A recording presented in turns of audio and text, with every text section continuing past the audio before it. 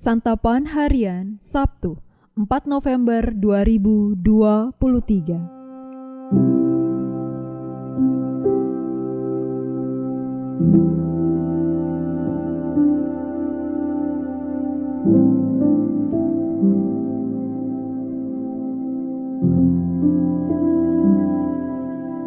Inilah program Santapan Harian, sebuah program yang mengajak Anda menelusuri isi Alkitab, agar Anda menemukan makna firman Tuhan sesuai dengan konteksnya. Santapan Harian tertuju bagi Anda yang ingin memiliki kehidupan rohani yang segar, kuat, dan sigap. Hari ini kita akan membaca Daniel pasal yang kedua, ayatnya yang ke-31 hingga ayatnya yang ke-49. Namun sebelumnya, mari kita berdoa. Engkau menorehkan kasih-Mu yang agung di hati kami. Di dalam sabda-Mu ya Kristus, kami rindu mendengarkannya. Amin. Daniel 2 ayat 31-49. Ya Raja, Tuanku melihat suatu penglihatan, yakni sebuah patung yang amat besar. Patung ini tinggi, berkilau-kilauan luar biasa, tegak di hadapan Tuanku dan tampak mendahsyatkan.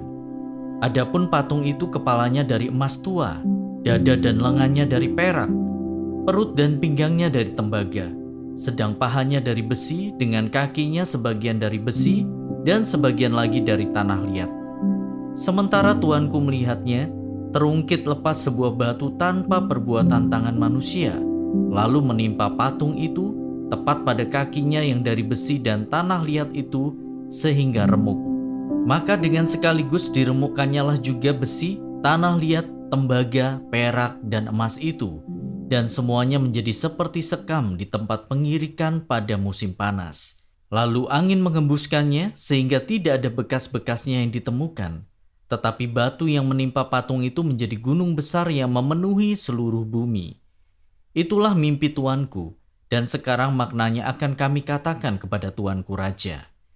Ya Tuanku Raja, Raja segala raja, yang kepadanya oleh Allah semesta langit telah diberikan kerajaan, kekuasaan, kekuatan, dan kemuliaan, dan yang ke dalam tangannya telah diserahkannya anak-anak manusia, dimanapun mereka berada, binatang-binatang di padang dan burung-burung di udara, dan yang dibuatnya menjadi kuasa atas semuanya itu, Tuankulah kepala yang dari emas itu.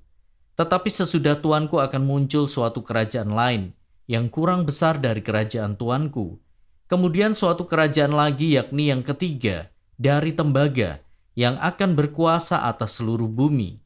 Sesudah itu akan ada suatu kerajaan yang keempat yang keras seperti besi, tepat seperti besi yang meremukkan dan menghancurkan segala sesuatu, dan seperti besi yang menghancur luluhkan, maka kerajaan ini akan meremukkan dan menghancur luluhkan semuanya. Dan seperti Tuanku lihat, kaki dan jari-jarinya sebagian dari tanah liat tukang periuk, dan sebagian lagi dari besi. Itu berarti bahwa kerajaan itu terbagi. Memang kerajaan itu juga keras seperti besi, sesuai dengan yang Tuanku lihat. Besi itu bercampur dengan tanah liat. Tetapi sebagaimana jari-jari kaki itu sebagian dari besi dan sebagian lagi dari tanah liat, demikianlah kerajaan itu akan menjadi keras sebagian dan rapuh sebagian. Seperti Tuanku lihat, besi bercampur dengan tanah liat, itu berarti mereka akan bercampur oleh perkawinan, tetapi tidak akan merupakan satu kesatuan, seperti besi tidak dapat bercampur dengan tanah liat. Tetapi pada zaman raja-raja, Allah semesta langit akan mendirikan suatu kerajaan yang tidak akan binasa sampai selama-lamanya, dan kekuasaan tidak akan beralih lagi kepada bangsa lain. Kerajaan itu akan meremukkan segala kerajaan dan menghabisinya, tetapi kerajaan itu sendiri akan tetap untuk selama-lamanya. Tepat seperti yang Tuanku lihat, bahwa tanpa perbuatan tangan manusia, sebuah batu terungkit lepas dari gunung dan meremukkan besi, tembaga, tanah liat, perak, dan emas itu. Allah yang Maha Besar telah memberitahukan kepada Tuanku Raja apa yang akan terjadi di kemudian hari. Mimpi itu adalah benar dan maknanya dapat dipercayai. Lalu sujudlah Raja Nebukadnezar serta menyembah Daniel. Juga dititahkannya mempersembahkan korban dan bau-bauan kepadanya. Berkatalah raja kepada Daniel, "Sesungguhnya lah Allahmu itu Allah yang mengatasi segala Allah dan yang berkuasa atas segala raja dan yang menyingkapkan rahasia-rahasia, sebab engkau telah dapat menyingkapkan rahasia itu." Lalu raja memuliakan Daniel. Dianugerahinyalah dengan banyak pemberian yang besar dan dibuatnya dia menjadi penguasa atas seluruh wilayah Babel dan menjadi kepala semua orang bijaksana di Babel. Atas permintaan Daniel, raja menyerahkan pemerintahan wilayah Babel itu kepada Sadrak, Mesakh, dan Abednego, sedang Daniel sendiri tinggal di istana raja.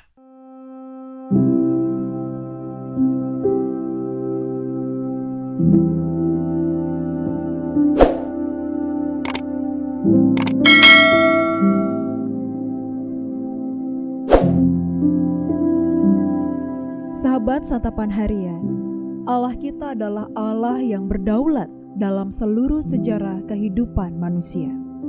Kata sejarah dalam bahasa Inggris adalah history. Kata ini dapat dipandang sebagai gabungan dari kata his dan story. Jadi history berarti kisahnya Allah atau kisah tentang Allah. Raja Nebukadnezar bermimpi tentang sebuah patung besar yang kepalanya dari emas tua, dada dan lengannya dari perak, perut dan pinggangnya dari tembaga, pahanya dari besi, kakinya sebagian dari besi dan sebagian dari tanah liat. Namun setelah itu, terungkit lepas sebuah batu tanpa perbuatan tangan manusia, lalu menimpa patung itu tepat pada kakinya yang dari besi dan tanah liat itu sehingga remuk. Batu yang menimpa patung itu kemudian menjadi gunung besar yang memenuhi seluruh bumi. Daniel mengatakan bahwa kepala dari emas itu adalah Raja Nebukadnezar yang mewakili Babel. Lalu ada 3 kerajaan yang akan datang. Tetapi setelah itu Allah akan mendirikan suatu kerajaan yang tidak akan binasa sampai selama-lamanya. 4 kerajaan di dalam mimpi Raja Nebukadnezar adalah Babel, Media Persia, Yunani, dan Romawi.